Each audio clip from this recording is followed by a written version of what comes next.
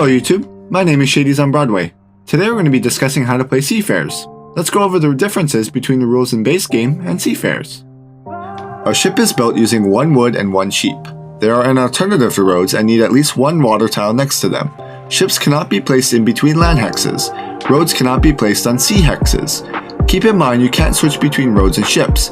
Using both in one line are not allowed. Place a settlement in between at least two roads or two ships in order to switch between them. If your starting settlement actually starts on the coast, you can place a ship instead of a road. You get the choice. Sometimes it's better to do this as you want to start expanding to the islands as quickly as possible. You must have a settlement on the coast before you can place a ship. The longest road from the base game is replaced with the longest shipping route. Roads and ships in the continuing line are both counted. How long do you think this road is? Well, if you think it's more than 7, you're actually incorrect. Now, keep in mind, like I said, you cannot connect roads and ships like this. You'll need a settlement.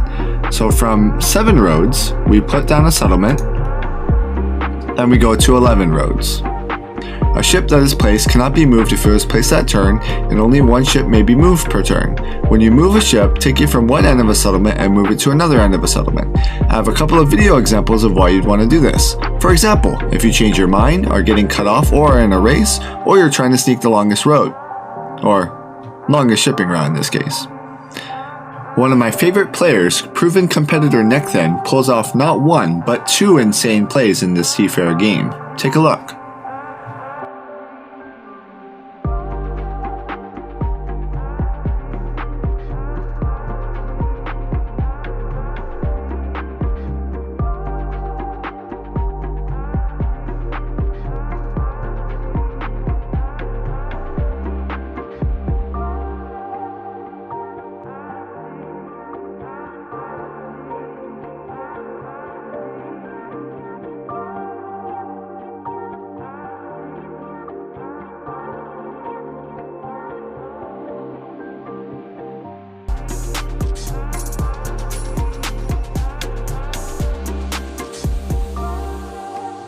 Gold is an essential resource. When you are built on a gold hex and it rolls, you can then choose one of the 5 resources you want from the bank. Just like in base game, a city on a hex will provide 2 resources, working just like a Year of Plenty. In all Seafarer scenarios, there are 2 gold hexes when playing with 4 or fewer players. There is no difference in development cards from the deck. With the road building card, you may play 2 ships, 2 roads, or 1 of each. The pirate ship essentially becomes a second robber for sea tiles.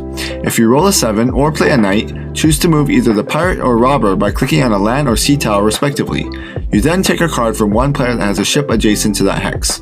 Other than this, the pirate does 2 things.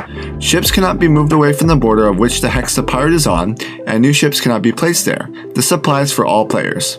If you like the robber where it is, consider moving the pirate ship. There are 4 current scenarios for Seafarers on Colonists. Heading for new shores and through the desert play the same. First to 14 victory points wins.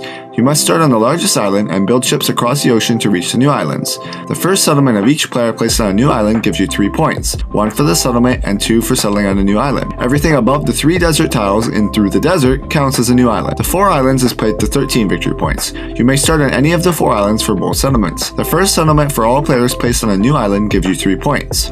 In Fog Islands, you receive no new points for building on a new island. Start your 2 settlements on either of the 2 islands. There are fog hexes that are unknown to all players. If you build a ship next to an undiscovered tile, it is revealed with a number on a resource hex, and you get the resource that the hex represents.